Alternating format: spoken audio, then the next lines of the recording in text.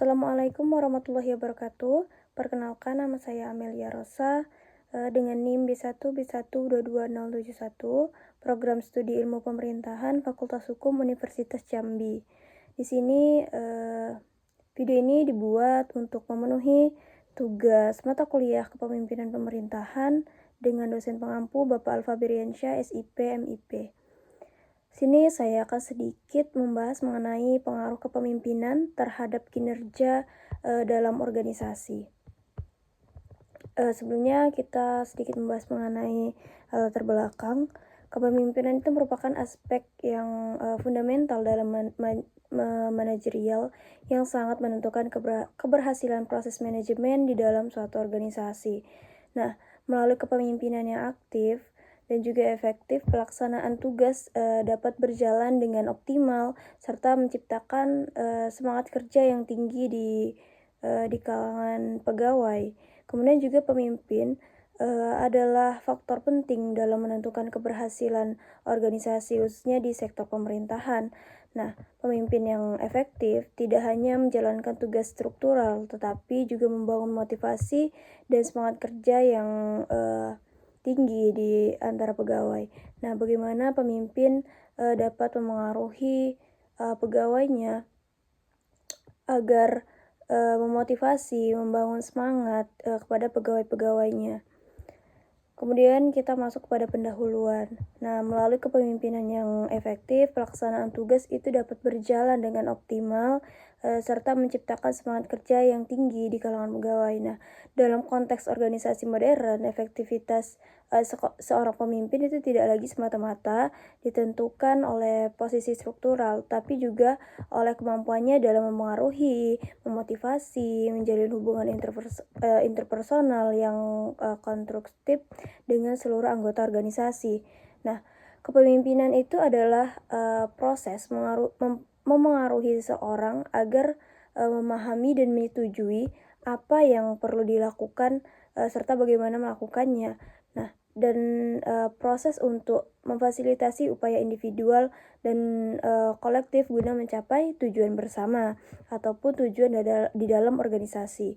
Nah, kinerja dalam organisasi itu tidak hanya ditentukan oleh sumber daya fisik dan juga teknologi, namun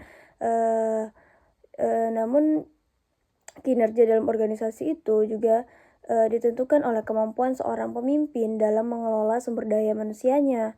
Nah, lalu kita masuk ke dalam metode penelitian. Di dalam penelitian ini menggunakan metode kualitatif. Nah, dengan teknik pengumpulan data menggunakan studi literatur. Nah, studi literatur itu menyelesaikan persoalan dengan menelusuri sumber-sumber tulisan yang pernah dibuat sebelumnya, mengumpulkan data, meneliti data yang berkaitan dengan pengaruh kepemimpinan terhadap kinerja dalam organisasi dari berbagai sumber yang relevan dengan topik penelitian. Nah, di sini jenis penelitian yang saya ambil yaitu kualitatif dengan studi literatur, mencari jurnal-jurnal, sumber-sumber yang memiliki pembahasan yang sama dengan topik penelitian saya.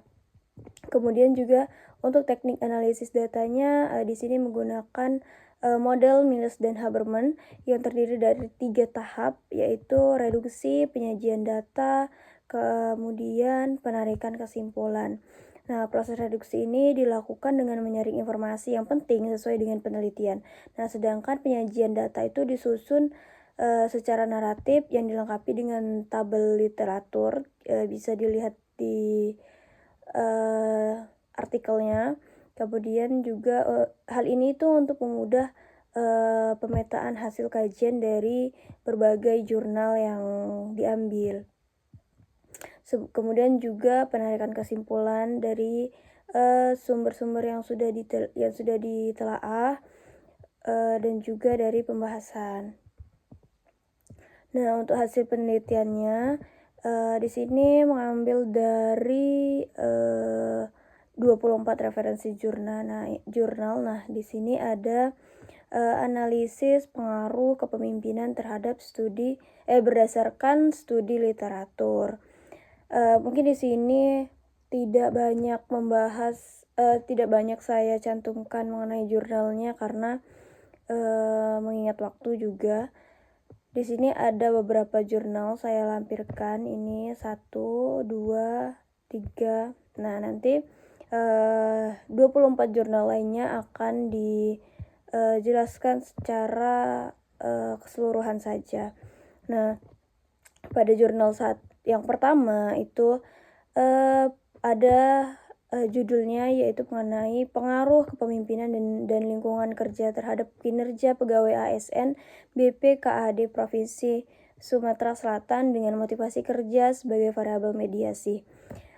Di sini jurnal ini itu ditulis oleh Sari Sakarina, Jatmiko Noviantoro, dan juga Muhammad Jaka Kasuma. Nah, metode yang digunakan dalam penelitian pada jurnal 1 ini menggunakan metode kuantitatif. Nah, untuk hasil keseluruhannya dari jurnal yang pertama ini menunjukkan bahwa kepemimpinan dan lingkungan kerja itu berpengaruh positif terhadap motivasi dan juga kinerja pegawai, serta motivasi kerja juga berpengaruh terhadap kinerja ASN. Nah, bagaimana kinerja dalam ASN itu sangat dipengaruhi bagaimana pemimpin memotivasi pegawai-pegawainya. Kemudian juga selain itu lingkungan yang positif itu sangat-sangat berpengaruh pada kinerja pegawai.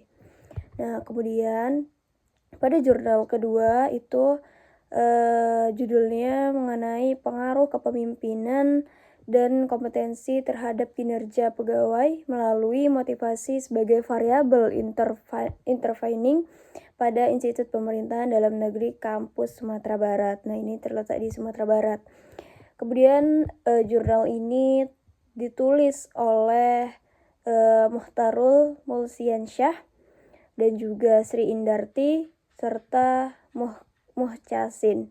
Nah, metode dalam penelitian jurnal ini yaitu metode kuantitatif.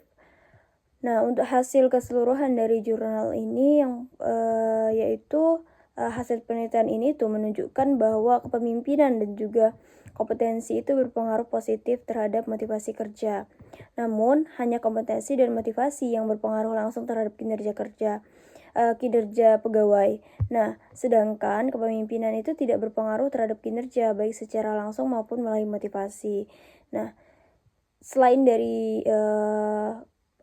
kepemimpinan sendiri itu yang sangat-sangat berpengaruh berarti adalah motivasi kerja. Bagaimana semangat dari pegawai-pegawai itu adalah dari motivasi kerja mereka.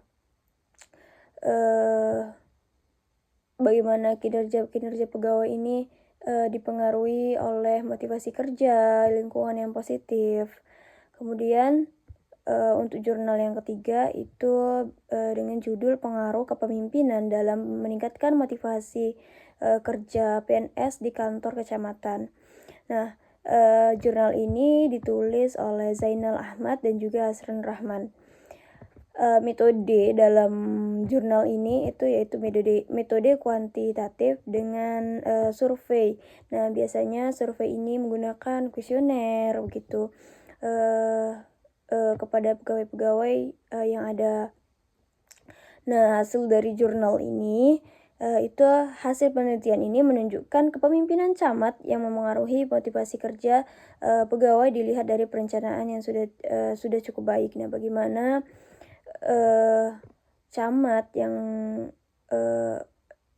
di kantor kecamatan ini motivasi kerja mereka itu sudah cukup baik dari mulai perencanaannya, kemudian juga cara pemimpin dapat mempengaruhi, memotivasi para pegawainya.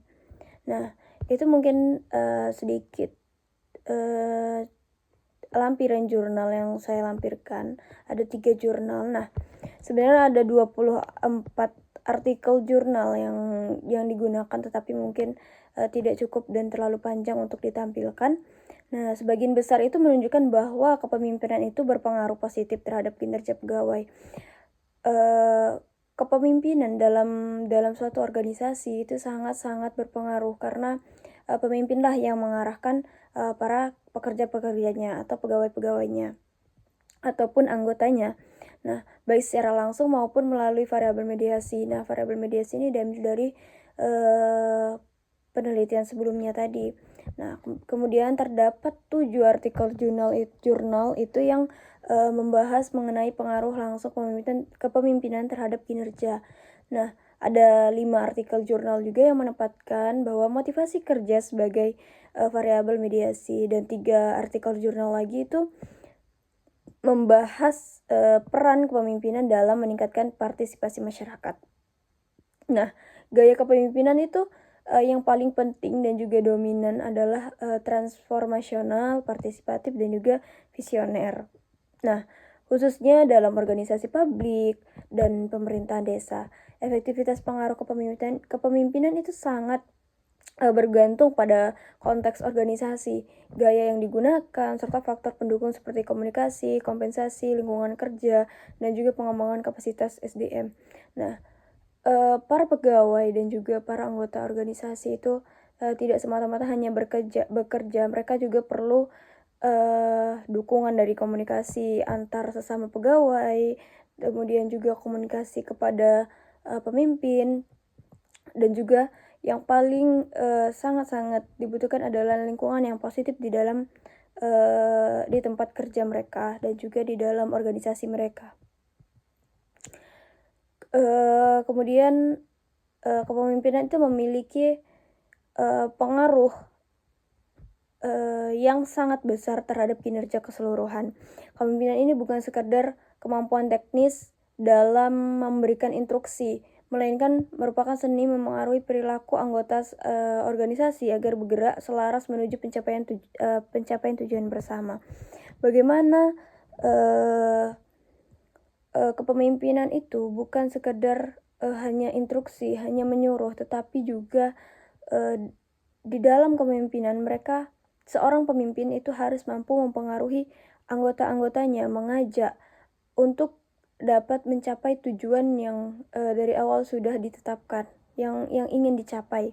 Kemudian juga peran pemimpin menjadi sangat strategis dalam menciptakan lingkungan kerja yang sehat, membangun hubungan interpersonal yang produktif, serta juga mengarahkan seluruh sumber daya agar digunakan secara optimal.